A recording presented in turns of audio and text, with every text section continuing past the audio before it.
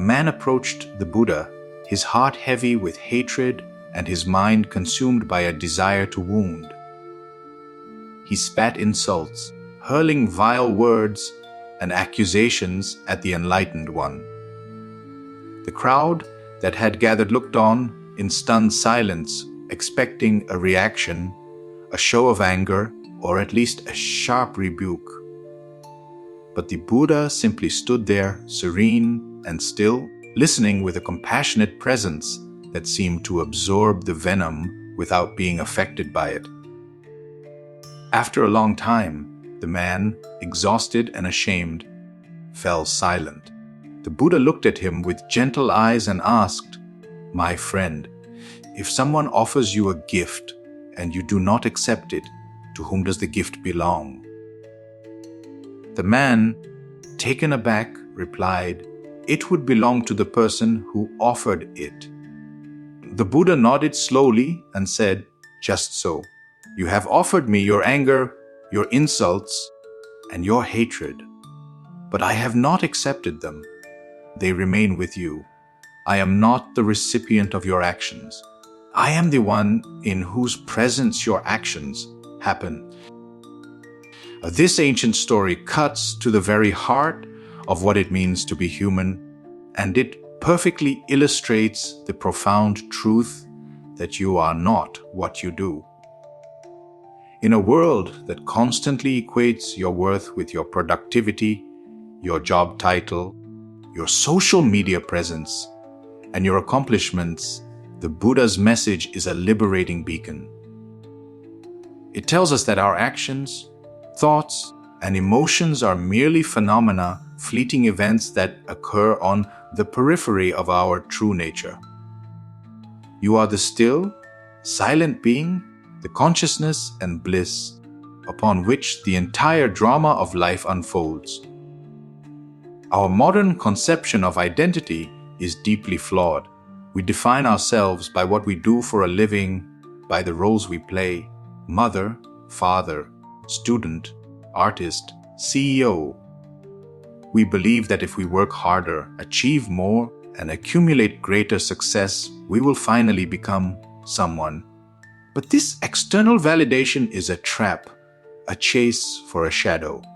The body performs tasks, the mind generates thoughts, and the emotions arise and subside in response to stimuli, but none of these are you at your core. The true you is the eternal, unwavering observer, the silent witness to the mind's chatter and the body's movements. This dangerous conflation of self and doing is at the root of so much anxiety and burnout. When your identity is tied to your career, a layoff can feel like an annihilation of the self. When your worth is measured by your artistic output, a creative block can feel like a profound personal failure.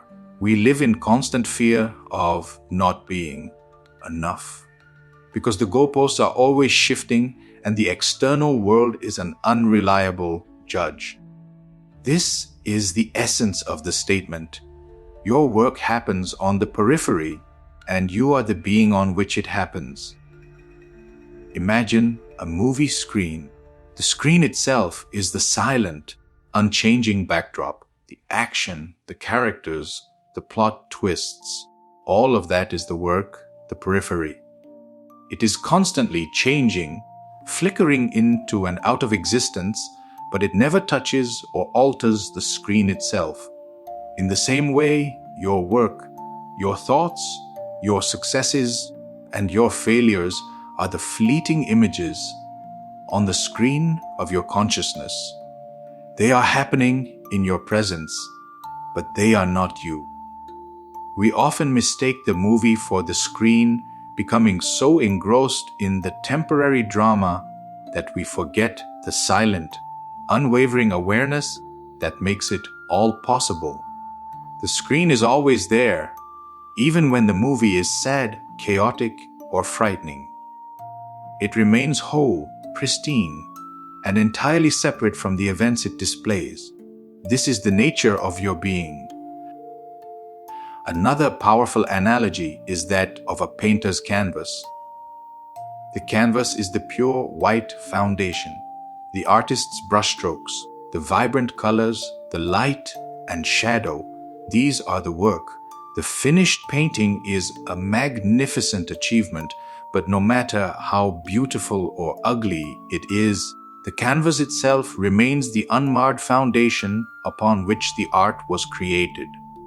The canvas does not become the painting. It is the ground of its existence. Similarly, you are the consciousness that provides the space for all of life's experiences, yet you are not defined by any single one of them.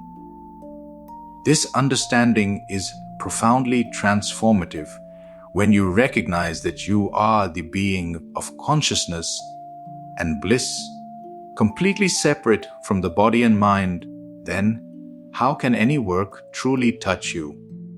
A successful project cannot make you more valuable, and a failure cannot diminish you. They are simply events that occurred in the field of your awareness. The joy of a job well done is a momentary feeling. The disappointment of a setback is a passing emotion.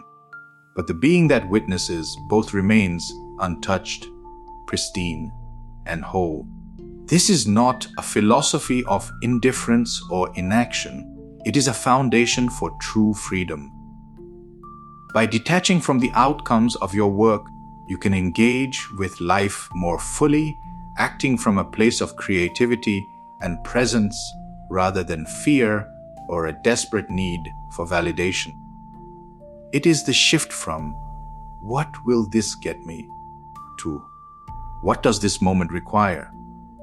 This allows for a state of flow where the ego-driven need for achievement dissolves and the action itself becomes the reward. When you are the observer and not the doer, your actions become a pure expression of your being, unburdened by the weight of defining who you are. This freedom releases a wellspring of creative energy because you are no longer constrained by the fear of failure or the pressure to perform.